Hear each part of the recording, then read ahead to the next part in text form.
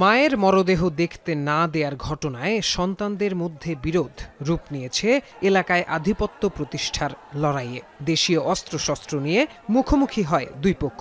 ধাওয়া পাল্টা ধাওয়া, ইট পাটকেল নিক্ষেপ আর ককটেল বিস্ফোরণে রণক্ষেত্রে পরিণত হয় পুরো এলাকা। 5 ঘন্টারও বেশি সময় ধরে চলা সংঘর্ষে নিহত হন নাসির উদ্দিন নামে এক গ্রামবাসী, আহত হন অর্ধশত।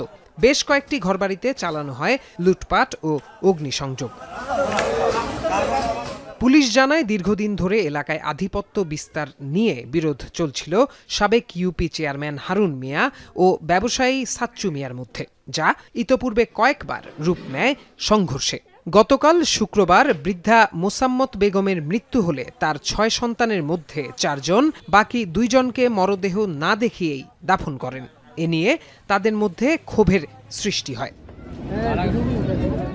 স্থানীয়রা জানান, 6 ভাইয়ের মধ্যে 4 জন সাবেক ইউপি চেয়ারম্যান হারুন মিয়ার সমর্থক, বাকি 2 জন সমর্থন করেন সাচ্চু মিয়াকে। মায়ের মরদেহ দেখতে না দেওয়ার ক্ষোভ রূপ নেয় দুই পক্ষের আধিপত্য প্রতিষ্ঠার লড়াইয়ে। সংঘর্ষে গুরুতর আহত হয়ে হাসপাতালে চিকিৎসাধীন অবস্থায় মারা যান সাচ্চু মিয়ার সমর্থক নাসির উদ্দিন। করছে মারে এর দিছে না, তখন এ বাড়িতে অনেক দুঃখ প্রকাশ করছে। দুঃখ প্রকাশ করার পর ওই এটা নিয়ে একটা ঝামেলা সৃষ্টি হচ্ছে। এই ঝামেলা সৃষ্টি হওয়ার পরে কাজ সৃষ্টি হয়ে গেছে। ছোট বাইরে জায়গা নাই, না জায়গায় কবর জ্বালাইছে। যে লালন পালন করছে ওর কি দাবি নাই মারে থামাইবার জন্য, দেওয়ার জন্য। আগুন লাগাইতে গেছে ঘরের ভিতরে।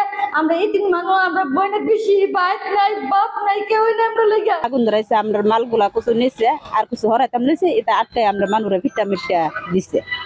সংঘর্ষের খবর পেয়ে পুলিশ ও সেনাবাহিনীর সদস্যরা ঘটনাস্থলে গিয়ে কয়েক ঘন্টা চেষ্টা চালানোর পর বেলা 11:30টায় পরিস্থিতি নিয়ন্ত্রণে আনতে সক্ষম হয়।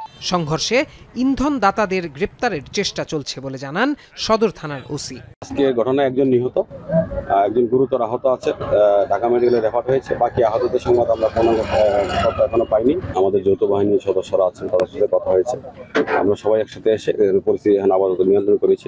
পরিস্থিতি আপাতত স্বাভাবিক আছে। আধিপত্য প্রতিষ্ঠার এমন লড়াইয়ে আর কত প্রাণ যাবে, আহত হবেন আর কত ব্যক্তি, এমন প্রশ্নের উত্তর খুঁজছেন স্থানীয়রা। এখন ব্রাহ্মণবাড়িয়া। 4 গুণ শক্তিশালী এনজাইম ও অধিক ফেনা সমৃদ্ধ অরিক সিলভার ওয়াশ মাত্র 70 টাকায়।